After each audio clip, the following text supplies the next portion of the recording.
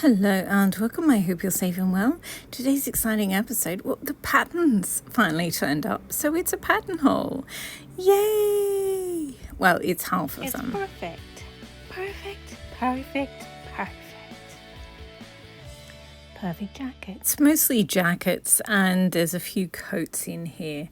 But there's two jacket patterns that I have wanted forever. But I was like, no, I'll do the 50 or 60 jacket patterns I have before I buy any more. And then there was a sale and I was like, yeah, whatever. I'm just going to buy the two I actually want. And maybe that will kickstart my...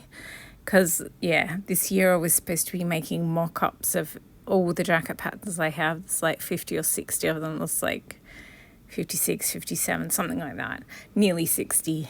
And I was like, if I only do, a handful a month, then I'll get through them by the end of the year. But the first few that I did not like at all. So anyway, so I have been working more on this jacket, so I'll show you that at the end. But for now, let's take a look at the jacket and coat patterns. So here they are. There's 10 of them. This is the one. It's Berta 5870. I really like that other Berta Chanel style jacket that I make, the Berta 6123, the super easy one. This one's slightly more complex. And see how it's got cut lines across the chest and the sleeves are in two parts, sort of.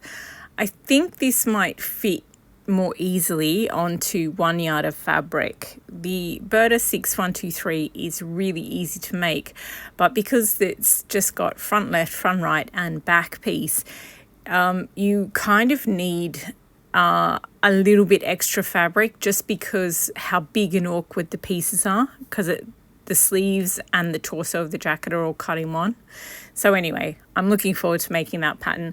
This one, it seems like it's got a lot of faults to me, but it's a Chanel style jacket. And I know how much you all love seeing Chanel style jackets actually made up in a mock-up, in a cotton mock-up. So there's two different ones and I'll make up both of them. Some of the things I don't like about them do seem like easy fixes, so I'll make them up and go from there. And this is the vintage Vogue one, V1966, and I don't it looks more like a shirt to me. It's a semi-lined shirt jacket is what it says, but I also love that handbag. Oh my gosh, I love that so much. I think I bought it because I just want to make a handbag like that every time I see this picture. I also like the blue trousers, the like the baggy trousers. They look really chic sometimes, as long as you're wearing like high heeled boots with them. If you just wear them with like sneakers or like regular flat shoes, then I tend to look like a little kid wearing an adult's clothing. Anyway, there's another Vogue Chanel style jacket pattern. This one is Vogue 1992. The other one was 1993. And again, I just bought it because it's a Chanel style one and people keep asking me about it.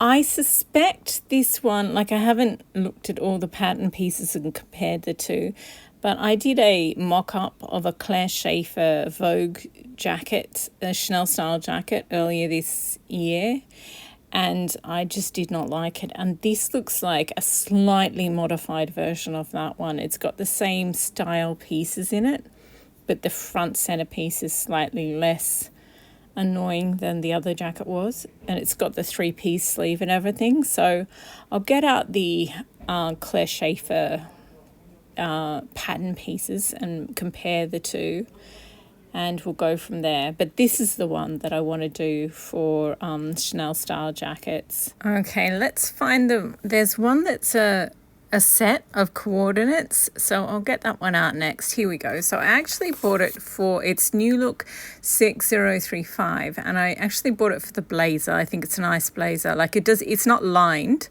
but I think I'll line it. And I don't know, I just thought it was good that it had lots of different pieces in there. I'm only going to make the blazer, so I'm not sure how that matters. But yeah, I thought it had nice lines and it's worth a try. So I am going to do that. And then the Berta, this is supposed to be a coat length and a jacket. I don't think the short one is a jacket. I think it's a coat. The difference between a coat is that you take it off when you go inside, whereas a jacket, you can wear it like as you're sitting at your desk. And this seems too bulky to me to be comfortable to like type in and do a whole day at the office in, but each their own. I guess it depends what sort of fabric you make it out of, but I like the lines of both of them. So I'll probably start with a mock-up, and then I don't live in a cold place that snows or anything like that, so I'm not sure I actually need big bulky wool jackets, but I do like the idea of a bright corduroy one. And then I just got another few coats. I don't really need a coat, but I don't know, I just like the jacket, the style lines, so I got it. And as I said, they're on sale, so it's unlined, which annoys me. I don't think I could ever wear a coat that's not lined. I don't like the look personally. But I just thought there's enough technique there that it would be interesting to make. So I might do that one. I'm not sure. It's just, I don't know how many coats you want to make if you don't live in a place where you really need. I need one coat that I wear a couple of times a year, and that's it. This one, I just like the little one. I have really long hair, and it's a simplicity pattern. So I have really long hair, and when I wear it up in a bun on the top of my head. And so this hood, it's not just a normal 2-piece hood, it's a 3-piece hood. There's a center sort of strip in there as well as the 2 side pieces. So so normally when I buy a hoodie, I either have to buy a massively oversized size so that the hoodie's big enough to go over my bun on my head, or I just, have to take my hair down every single time I want to put the hood up. So, I just got that one, and that way I can I just think it would be easier to adjust the hood. Also, I just thought it looked cute. So I'm going to make a mock-up of that and go from there. I think I'm going to, I have to be careful or I'll end up with like a dozen different corduroy coats and jackets for no apparent reason. 3 left to go. This is Simplicity 8797. And, well, I love that brown fabric. It looks like a fluffy teddy bear. But again, the short one, the jacket length one, is more practical for me. And as I said, I've got this red corduroy that I think is really quite cute. I bought it because I love that French film, Amélie. But, I think it would be quite snug in this bottom, just sort of as a jacket length. And I just liked the lapels, and I don't know, kind of looks like a flourish. And I like the belt thing at the back that is fastened with 2 buttons. I think it's sweet. So yes, I'll probably make that one. And this one, it was the illustration actually that drew me to this in the first place. But again, clearly I feel I need a red jacket because every pattern I get has a picture, an illustration of a red jacket on there. And I have very small shoulders, very slight, so I'm not sure these big, huge collars would look good on me, but I do like that you can sort of flip it up and make it a hood. I think that's quite cute.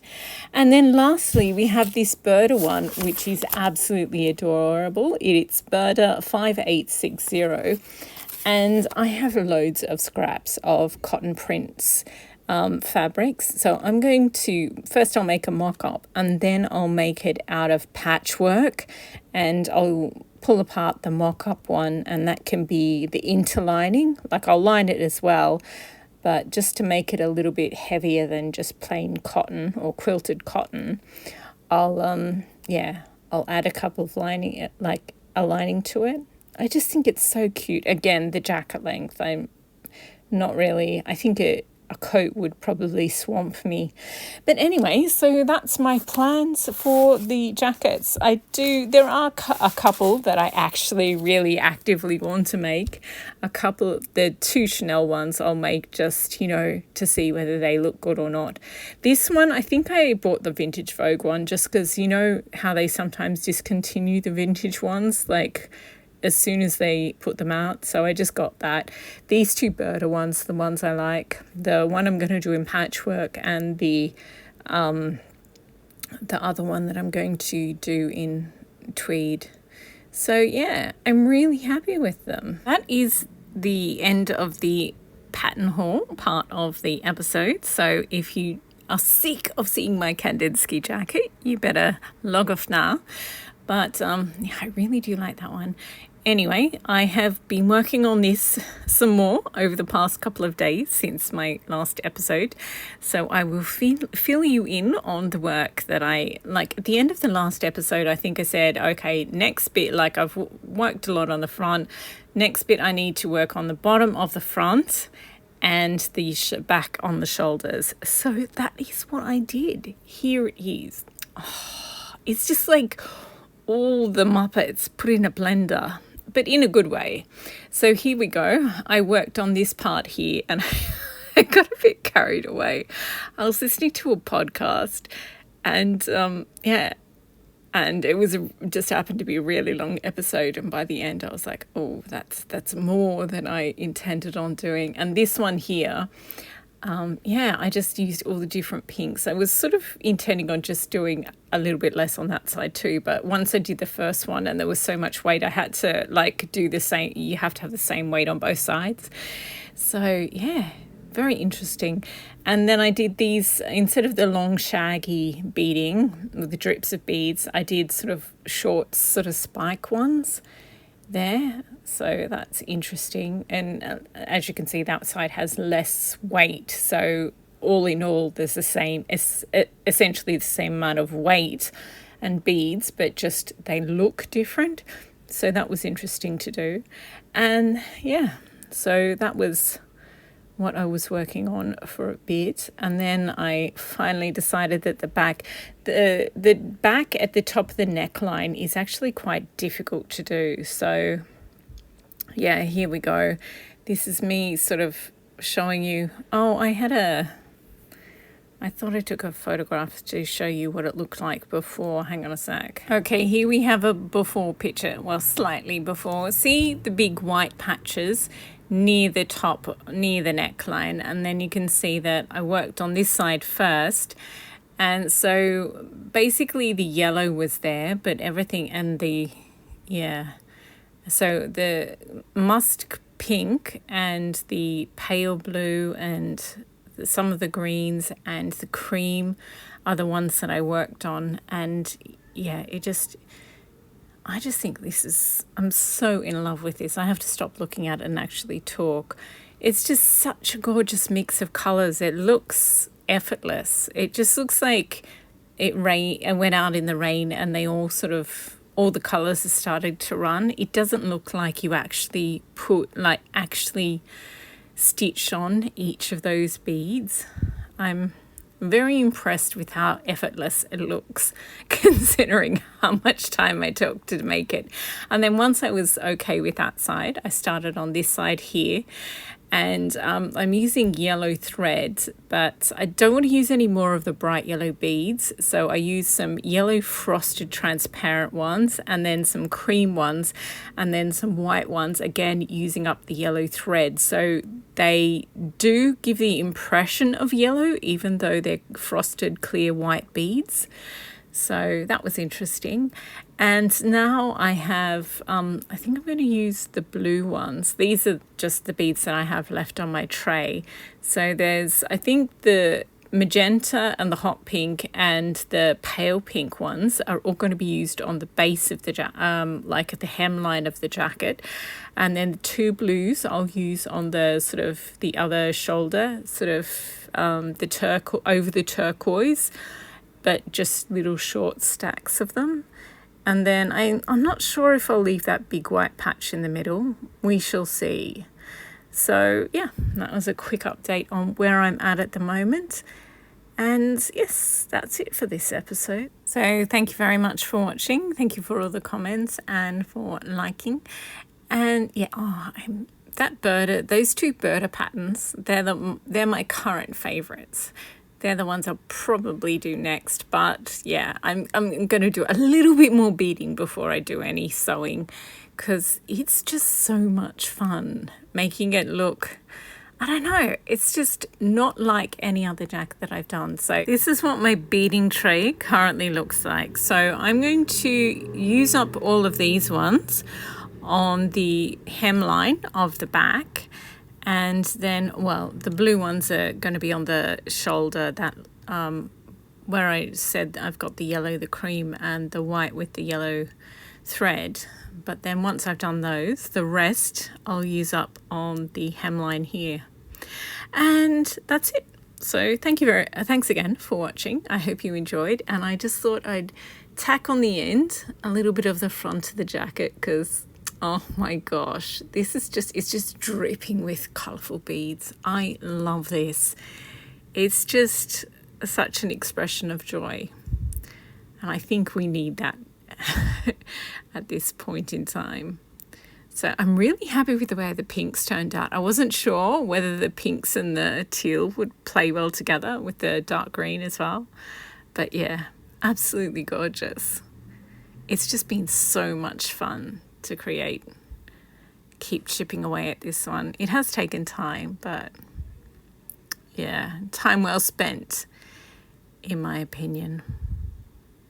It definitely brings me joy. Okay, thanks again, and happy sewing.